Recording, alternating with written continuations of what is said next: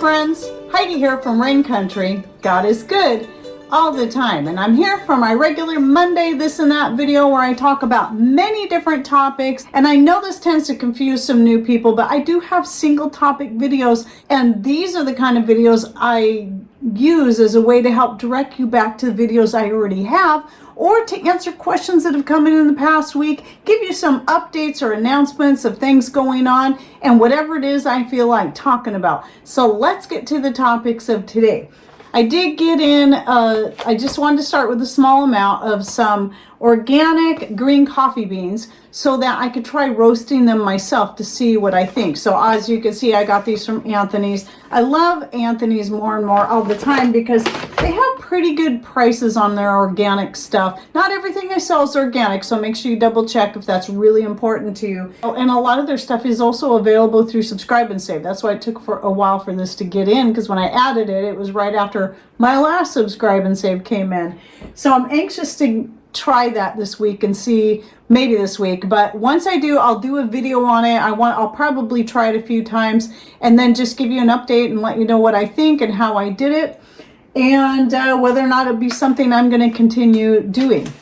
And then another thing is, a while back, Stacy had sent me this, just because we're friends. She sent me this, and then the sign that's on my wall over here. If I have a picture, I'll put it right here because I don't want to pull it off of there. And I love it. I love both. But I kind of forgot about it for a while. I made some tea out of it, and then it got put back on my tea shelf, and then I just always, keep going to my jars over here and whatever suits me. And I remembered the chocolate tea and decided to pull it out and make some more tea out of it, as it had been a while.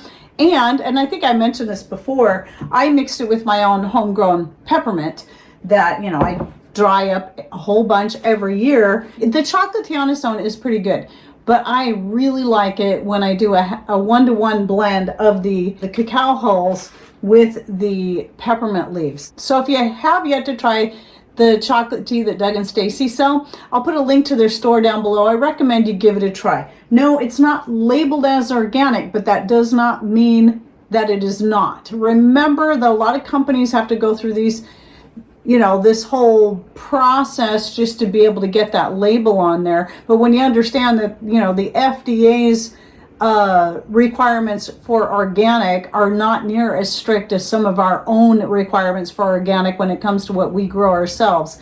And that's what this place is. So anyway, I trust it. I trust what Doug and Stacy have to say on anything like this, and it's something that they drink. I recommend it. And by the way, I don't add any kind of sweetening to it. I like all of my teas, even this one, without any kind of sweetener. It doesn't matter if it's honey, maple syrup, whatever. And I think it's excellent without any sweetness to it. And then another thing I wanted to bring up that I got recently was, I had actually mentioned this brand of ramen in another video a while back.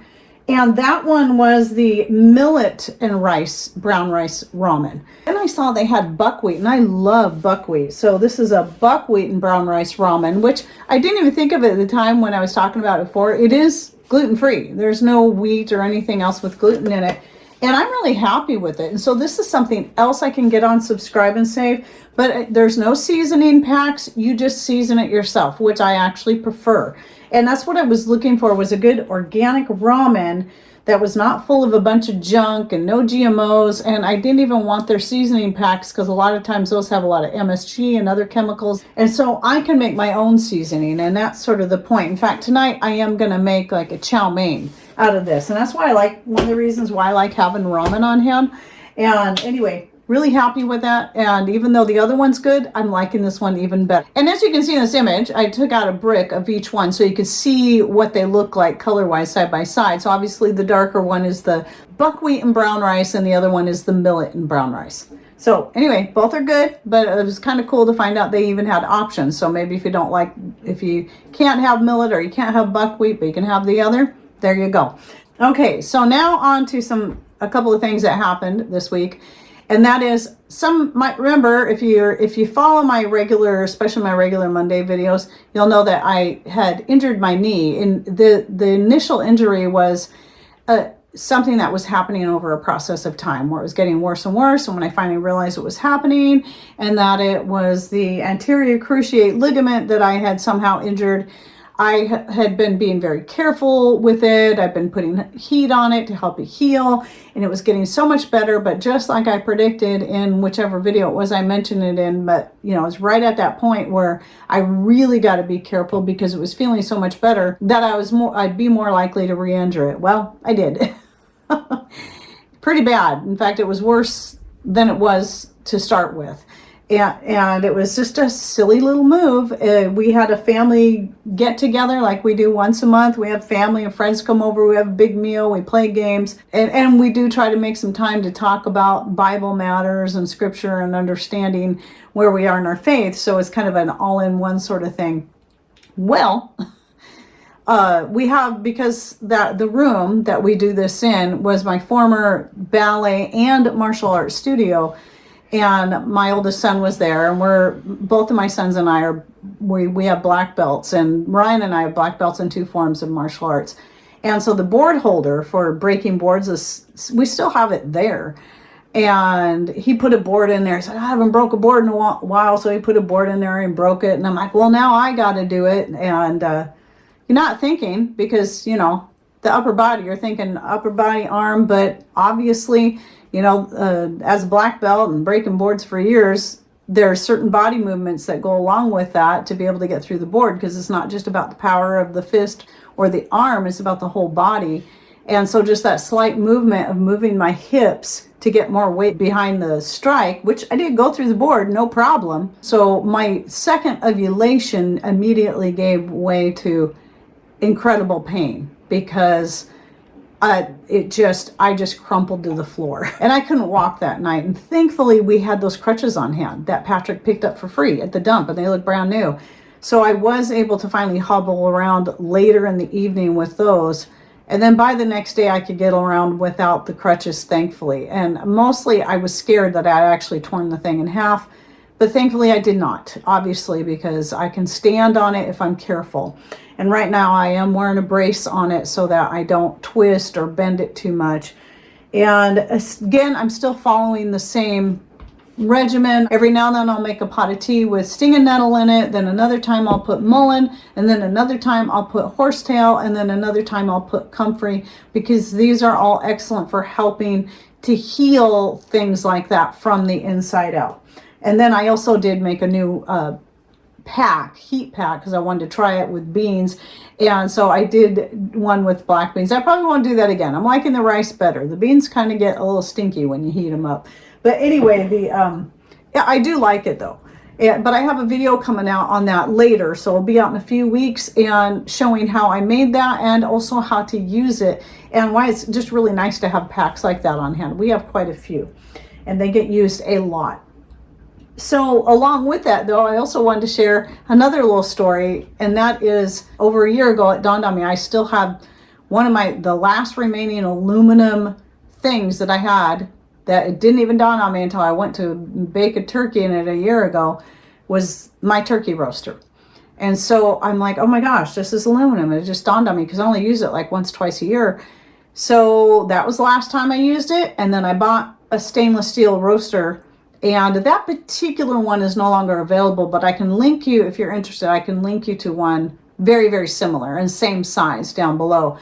And while it was an investment, it's definitely worth it. I am loving the stainless steel roaster, and now I'm starting to use it not just for roasting turkeys in, but for also doing big meals from when we have our family get together. So especially if it's a one dish meal like the chicken fried rice that I made. So what I did was I took some of the butcher box chicken breasts that I had, because I do get those too. I like getting the whole chickens, but I also like getting the chicken breasts for doing a marinade and then that will barbecue.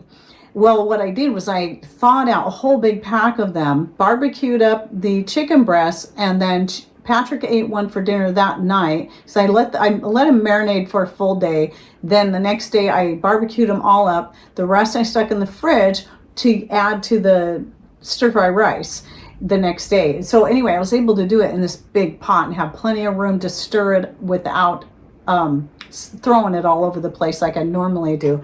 So it worked out perfect for that. But anyway, if you're interested in that chicken marinade for barbecuing, I do have a recipe for that. I'll link to down below.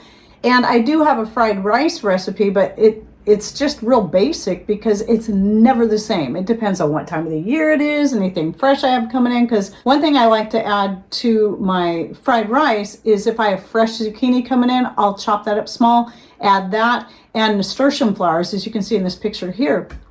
Well, obviously I don't have those things fresh, so I used other things in this particular one. But anyway, I'll link you back to the video I did several years ago where I was cooking on the rocket stove out on the deck, and I was using some leftover steelhead. And because I'll use steelhead, I'll use chicken, sometimes beef when I'm making my fried rices. And then every once in a while, if one of those rare occasions we actually have pork chops, whatever.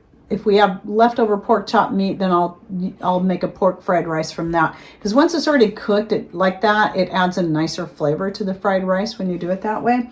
So anyway, I can link you to those two videos so you can see how I did the chicken, and then you can use that instead of the salmon or steelhead in there or whatever. And then when it comes to vegetables, I use the snow peas from my garden. In fact, that's the main reason I grow them, so that when I'm doing fried rices and other types of Asian dishes I want snow peas in. Personally, I find freezing them is the best way, though they dehydrate up beautifully, the snow peas, and ferment well too if you want to do like a snow pea kimchi kind of thing.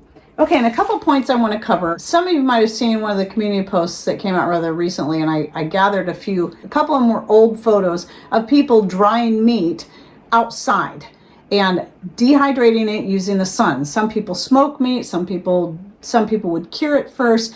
Every culture is going to have their own way of doing it.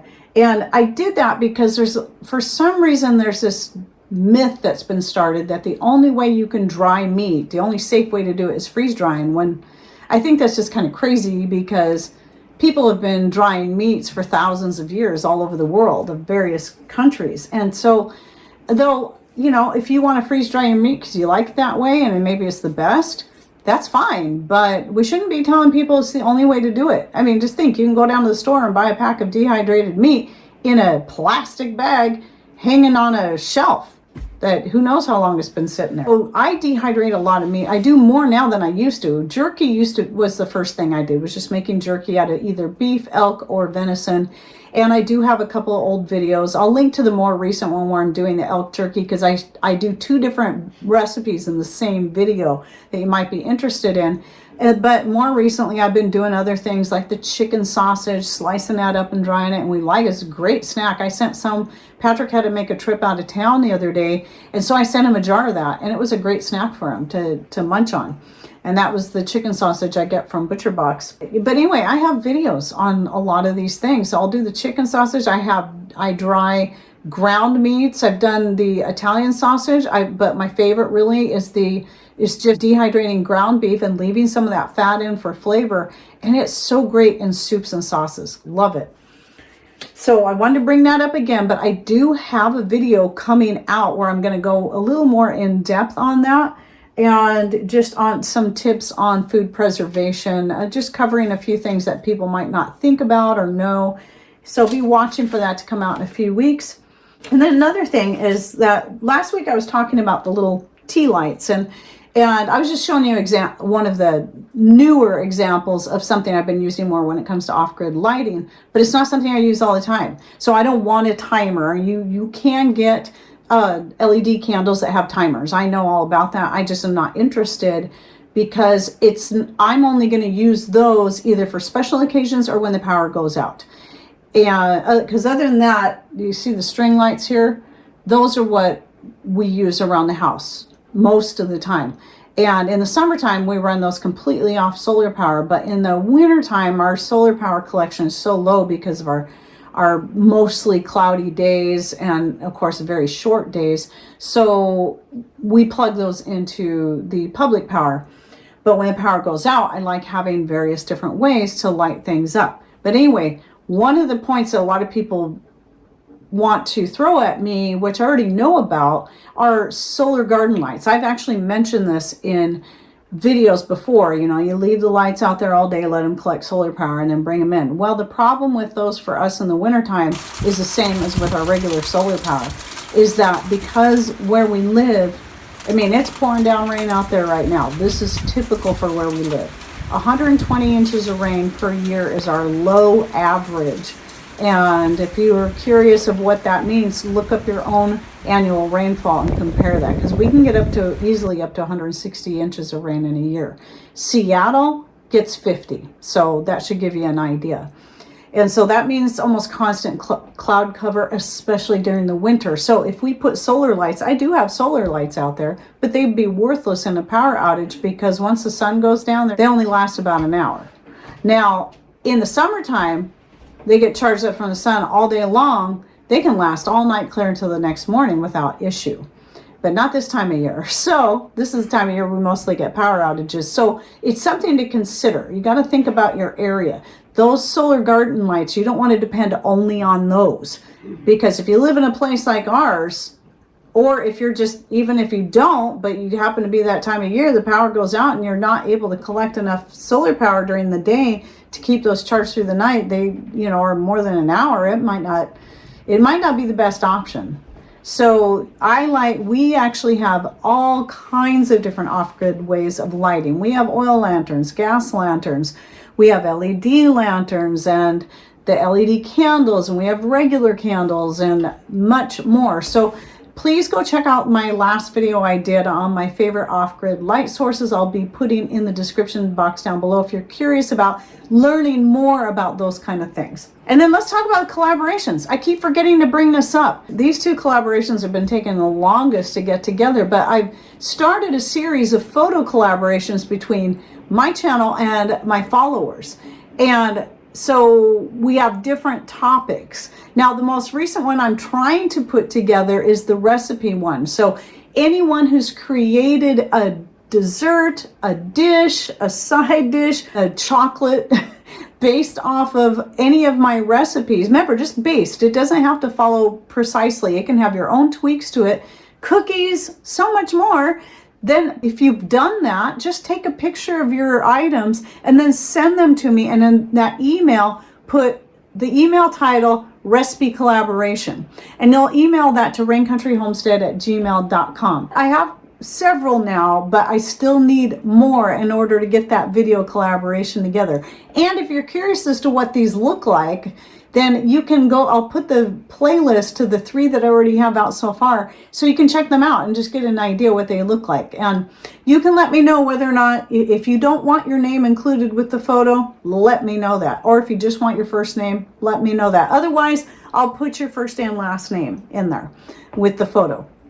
And then the next one I want to do right after that, though, depending on which photos I get the most of first, I might switch, is the medicinal collaboration, where if you've made any kind of medicinal capsule, syrup, extract, tincture based off of any of my herbal videos, or even tea, it can be like a medicinal tea, an herbal tea, then go ahead and send those to me as well, and send that separately. If you're sending one for both collaborations, send them in separate emails. That makes it easier for me, because then I categorize them into different folders. So when I'm ready to put the video together, I'll pull all the emails out of that one and gather all the pictures from that. So send them separately. One's for the recipe collaboration, one's for medicinal collaboration. Then the other collaboration we've been working on for months, still waiting, I still don't have enough yet, are the quilt blocks, the 10-inch quilt blocks that people can make in any color, style they want, as long as they're 10 inches wide and completed. They need to have the front, the back, and be quilted. And then if you're putting any kind of liner in there, just a thin batting is fine. It doesn't have to be anything thick. In fact, I prefer that it wasn't. So if you'd like to be a part of that, it's just for fun. It's just something I've been wanting to do for a while, is put together a quilt that we all had a part in. So if you sew and you're interested in being a part, then go ahead and get that made up, and then you'll send that to me at Rain Country Homestead, P.O. Box 816, Forks, Washington 98331. But you can also find these addresses in the description box down below. And then a quick announcement I want to make just for fun is we found out that our oldest son and daughter-in-law are having a little girl. So we'll have 2 grandsons and a granddaughter. And so this is going to be a new experience. So even though I taught dance for 27 years and I worked with little girls all the time, this will be the first time, you know, having one in the family. So, because I have 2 sons, now we have 2 grandsons, but now we're going to have a granddaughter. So this will be a fun experience. So anyway, I just thought I'd share that with you for those interested. And she's due in early April. So I'll give you some updates as that comes along. And I think that's it for my this and that for the week. Any thoughts, ideas you'd like to share down below, please put them in comments down below. And thanks for watching. Take care and God bless.